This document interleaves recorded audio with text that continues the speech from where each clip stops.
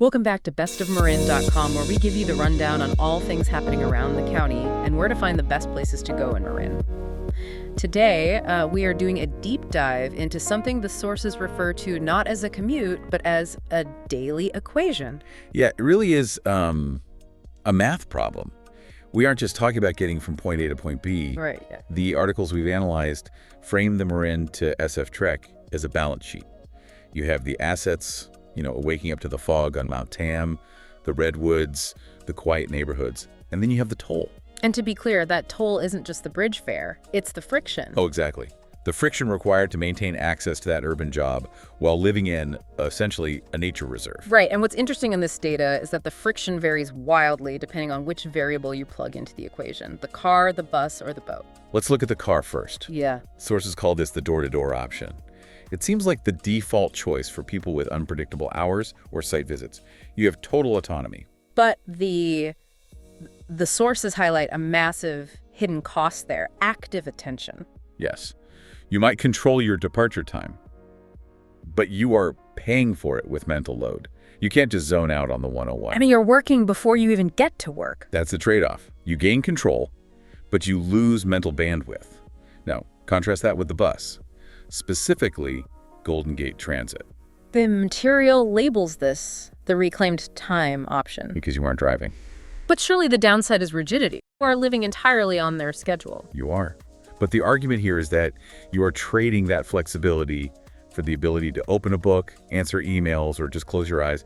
You are effectively buying your time back. Then we have the third variable, which the data suggests is the most romanticized. The ferry. The mental gear shift. Yeah, that concept stuck out to me. The idea is that it's the only commute that doesn't feel like a commute because it's sensory. You get the bay, the skyline. Exactly. But the notes point to a specific psychological tax here. Last boat anxiety. Oh, that is a very real phenomenon.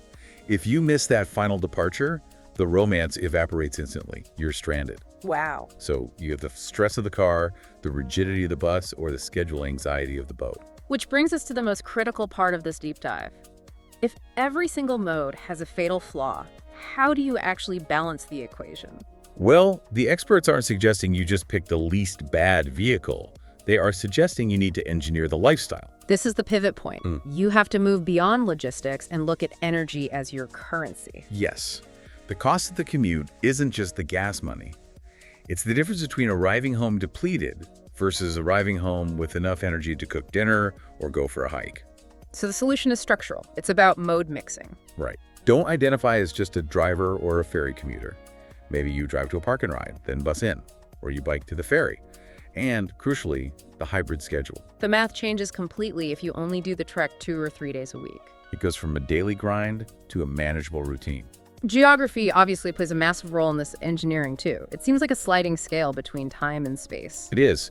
Southern Marin, Sausalito, Mill Valley, you pay a premium for time, you have shorter access to the bridge. But as you move north to San Rafael or Novato, you generally gain space and affordability, but you are adding significant minutes to that daily tax we talked about. So if we look at all these factors, the mode, the schedule, the location, it raises a question of intentionality for you, the listener. Exactly. If you actively shape the commute by shifting your hours to avoid peak traffic or using ferry time to decompress, does it stop being a dilemma and start becoming a choice? Can that travel time become yours rather than time stolen from you? It changes the way you look at the bridge. It certainly beats staring at taillights. Don't forget to sign up to our email list for updates on our next episode and latest events. Until next time, we will catch you on bestofmarin.com.